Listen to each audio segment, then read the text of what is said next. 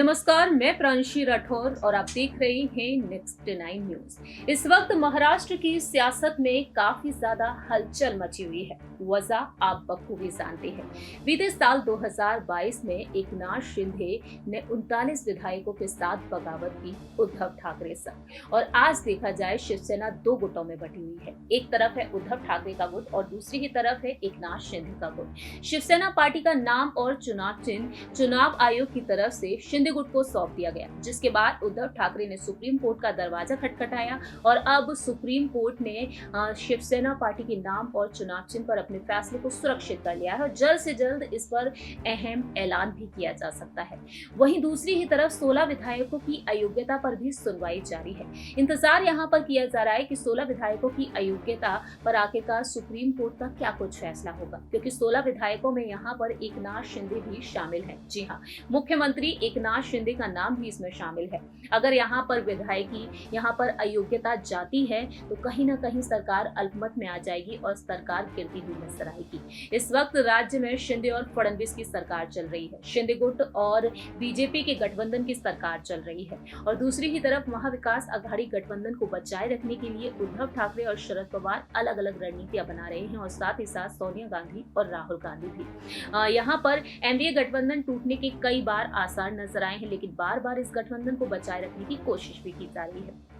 लेकिन इस अहम रणनीतियों के बीच अगर रुख किया जाए उद्धव ठाकरे की पत्नी रश्मि ठाकरे की तरफ, रश्मि ठाकरे जिन्होंने बागी विधायकों को मनाने की पूरी कोशिश की, तो क्या वाकई में यहाँ पर रश्मि ठाकरे एक बार फिर से पहल करती हुई नजर आएंगी? बागी विधायकों की पत्नियों को उन्होंने कॉल किया, उन्हें मनाने की कोशिश की कि एक बार फिर से वह मातोश्री वापस आ जाए। तो क्या यहाँ पर बागी विधायकों को एक बार फिर से मनाया जा सकता है?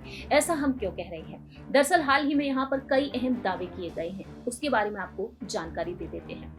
यहाँ पर आपको बता दें कि किस तरह से यहाँ पर कई बड़े ऐलान किए जा रहे हैं। अयोग्यता जाने को लेकर यहाँ पर एनसीपी से अध्यक्ष जयंत पाटिल ने कहा कि अदालत के फैसले के बाद शिवसेना के मुख्यमंत्री एकनाथ शिंदे और बीजेपी के उप मुख्यमंत्री देवेंद्र फडणवीस की सरकार गिरने की अधिक संभावनाएं हैं। उनका साफ तौर पर कहना रहा, यहाँ पर दावा करते हुए कि शिंदे और फडणवीस सरकार मध्य अवधि चुनाव कराने से डर रही है और स्थानीय निकाय और बाजार समितियों के साथ बाकी सभी चुनावों को यथासंभव टालने के तरीकों पर विचार कर रही है। और ऐसे में यहाँ पर संजय राउत का कहना रहा कि वह इस स्थिति के बारे में पाटिल के आकलन से पूरी तरह सहमत है। उनका कहना यहाँ पर रहा कि सुप्रीम कोर्ट का फैसला शिंदे के साथ 16 विधायकों की अयोग्यता सुनिश्चित करना है। ऐसे में राज्य में सरकार गिर जाएगी, कोई दूसरा विकल्प नहीं बचेगा। वहीं इससे राष्ट्रपति शासन की संभावना से इनकार नहीं किया जा सकता।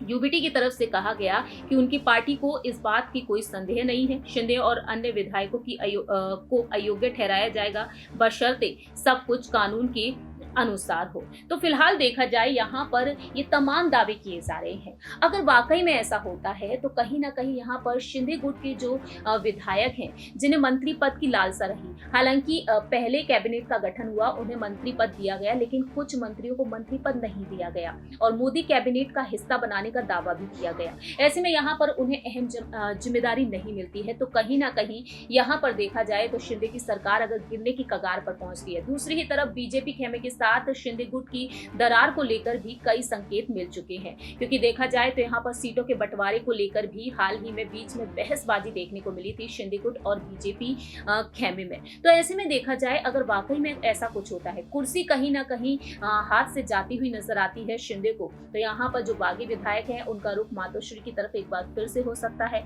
और ऐसे में रश्मि ठाकरे यहाँ पर एक बार फिर से वापस बुलाने के लिए कमान संभालती हुई नजर आ सकती है। फिलहाल देखा जाए वह रश्मि वाहिनी को संभालती हैं, महिला वोट बैंक को संभालने में वह पीछे नहीं है। तो इसमें रश्मि ठाकरे बागी विधायकों की तरफ वो पहल करती हुई नजर आ सकती हैं आने वाले समय में। 2024 में साल के अंत में विधानसभा चुनाव होंगे महाराष्ट्र में। इस रिपोर्ट में इतना ही। बाकी की तमाम अपडेट्स के लिए आप देखते रहिए नेक्स्ट 9 न्यूज।